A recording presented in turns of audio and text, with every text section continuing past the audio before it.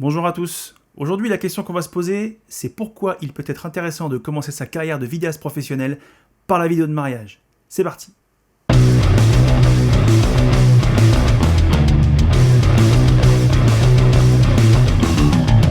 Salut, c'est Ben de Retour d'Expérience. Et aujourd'hui, on va se poser la question de l'intérêt de commencer par la vidéo de mariage lorsqu'on veut devenir vidéaste professionnel. À mon sens, le vidéaste de mariage, c'est un homme orchestre. L'homme orchestre, vous voyez ce que c'est, le mec avec son harmonica, sa grosse caisse dans le dos et son banjo. Alors pourquoi homme orchestre ?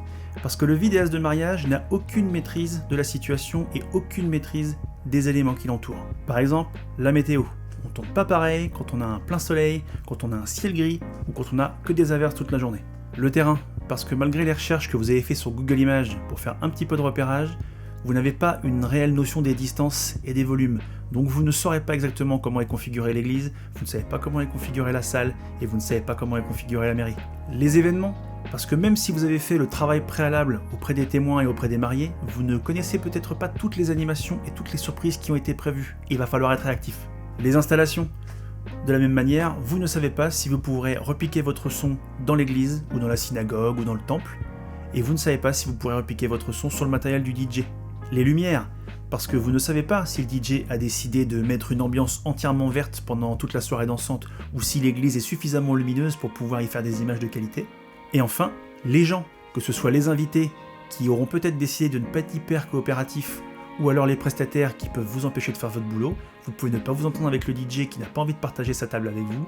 Vous pouvez ne pas vous entendre avec le photographe qui va décider, quoi qu'il arrive, de se mettre devant votre objectif quand il aura décidé de faire sa photo. Pour toutes ces raisons, vous devez être un homme orchestre.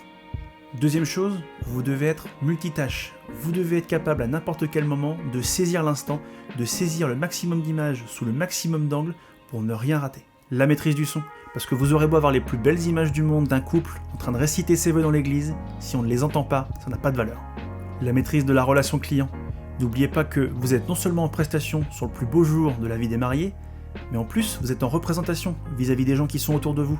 Tous les invités sont potentiellement des futurs clients.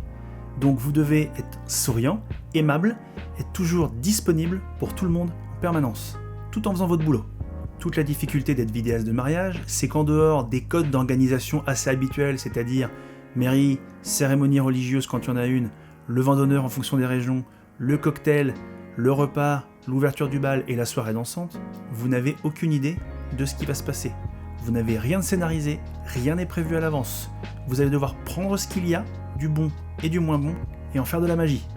Bien que le mariage ait ses propres codes et que chaque mariage ait son propre rythme, c'est votre débrouillardise, c'est votre expérience, c'est votre ténacité et c'est votre créativité qui fera la différence à la fin sur vos images. Une fois qu'on a fait quelques saisons, c'est un petit peu plus facile derrière de passer sur des projets qui sont un petit peu plus scénarisés, un petit peu plus cadrés et un petit peu écrits à l'avance. C'est évidemment deux approches totalement différentes, que ce soit le corpo ou le mariage, mais une fois que vous aurez un petit peu mis à l'épreuve votre capacité d'adaptation et d'improvisation, vous verrez que tout ce qui est écrit à l'avance avec un environnement plus maîtrisé, des lumières et du son que l'on a calé comme on voulait et qu'on a pris le temps de caler comme on voulait, tout sera beaucoup plus simple, tout sera beaucoup plus facile. Voilà, c'est tout pour moi, j'espère que ça vous aura été utile. Je vous invite à regarder la prochaine vidéo qui va plutôt se poser la question de comment on commence la vidéo de mariage. Salut!